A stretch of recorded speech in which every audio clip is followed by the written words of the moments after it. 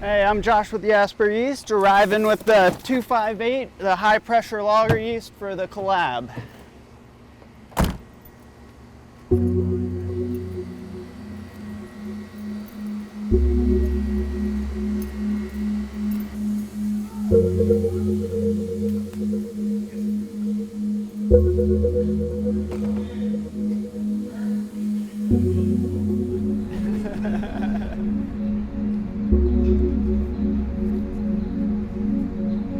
I think most people don't realize that brewing is almost always a collaborative effort between the agricultural side, the grain growers, the hop growers, the maltsters who malt that grain, and the brewers and yeast propagators that make your wort and ferment it into a final product.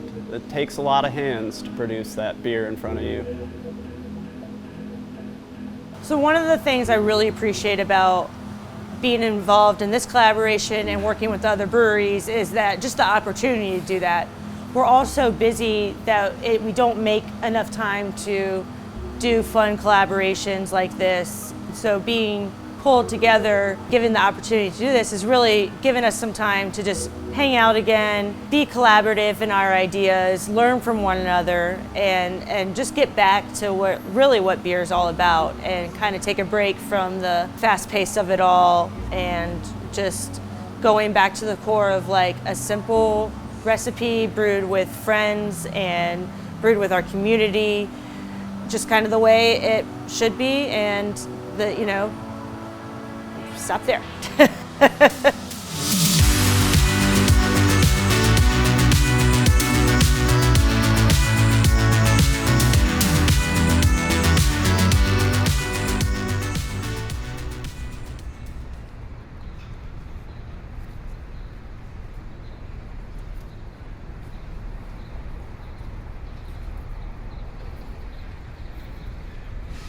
So the reason why collaborations are important is initially the learning, right? Without the communication that goes on between the brewers and the maltsters and to some extent the farmers, right, who grow the grains in our case, if there's no feedback loop and also a clear instruction of what is wanted by all sides, you would never end up in the right place, especially when we all make small batches. Right, there's a lot of adjustments and changes possible and done, and so that really ongoing collaboration, not just for a specific beer, but overall, is really important. From an industry standpoint, the brewing industry is pretty unique in the fact that we're all friends and we talk about what we do every day to each other. A lot of industries, I think that's sort of a no-no, like don't go share our secrets with how we make this with the other guys. But we do that all the time. And that's one of my favorite parts about collaborating, is actually getting together with other people that do the same thing I do every day, and talking about how they go about any one particular thing or the entire process, because there are a lot of ways to get to the same place. I love getting ideas from other brewers, but more and more we're getting ideas from our coffee program and speaking with Tyler, who runs that, and getting ideas for ways to play with coffee or ways to think about things in a different way, or working with our chef Kate to tie into our food program and ingredients that she's bringing in from local producers. Are those things we can incorporate into a beer, or do we just come up with a beer that pairs with a menu item really well? So talking with artisans outside of the brewing industry and getting influence from them, getting creative input from them to make something that a brewer might not think of, is a really fun and different way that we try to just get outside of the box.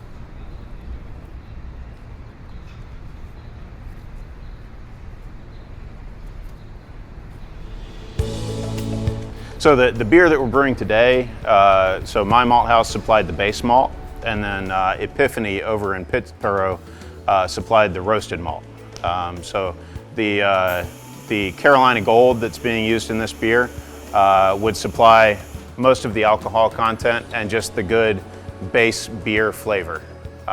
So The flavor that can really only be described as beer would come from that base malt, that Carolina Gold that we're using today.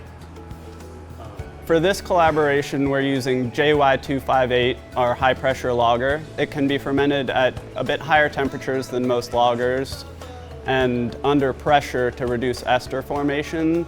So it essentially is a lager strain that can produce a very clean lager while reducing your fermentation and tank time. You know, as we were brewing, pretty much everybody was sipping on lagers, something clean, something light, something easy drinking, because this is what they're at every day. They want something that's comfortable, they want something that is just really easy to drink and enjoy. And an IPL, an India Pale Lager, that's really kind of a perfect expression of that, to fuse the IPA, the example of craft beer, the style that dominates our entire industry, a showcase for hops, and really be able to take that and marry it to a lager. And I think the four of us is kind of a good example from a cross-sectional aspect of kind of what is going on and what you can find. You've got traditional beers, you've got things that are sort of way out there in terms of just trying and experimenting, and then you've got sort of everything in between. And I think, with this collab, I mean, it's nothing extremely out of the ordinary. It's India Pale Lager and IPL. But it is a little bit experimental when it comes to kind of the fusion of a classic IPA and a classic lager.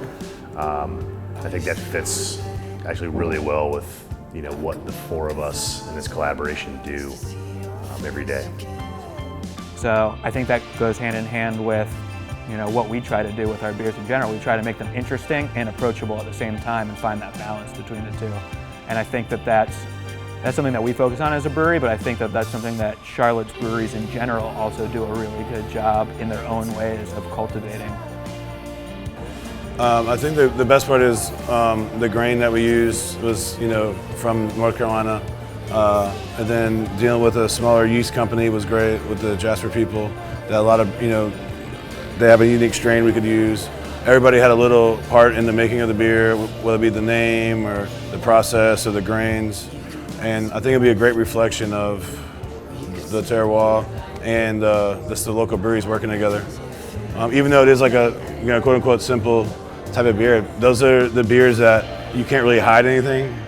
It's going to show everything. You're not going to dump a bunch of fruit in it. It's going to highlight the Pilsner malt. It's going to highlight the wheat malt. It's going to highlight the yeast. So I'm proud to be part of it.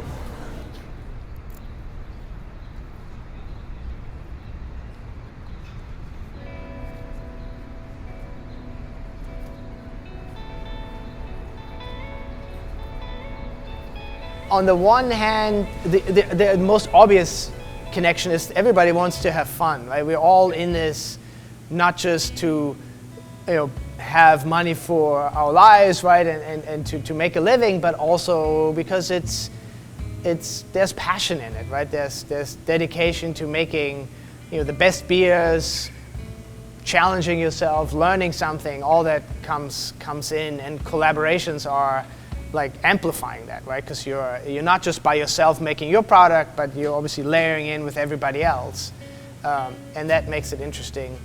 And that's just on the face of it, that it just makes it more interesting to run your business and do what you do. I think at the end of the day, we're all trying to create something that brings people together. So it would be really strange if we didn't take that opportunity to bring each other together. And it's always really fun to get another perspective on how people approach something or how people tackle a challenge or go about their creative process, because it's all unique to each person, and seeing that outside perspective kind of helps get you outside of your comfort zone. And I think it makes a huge difference on being able to continue to innovate and do things that are interesting and fun and that people enjoy.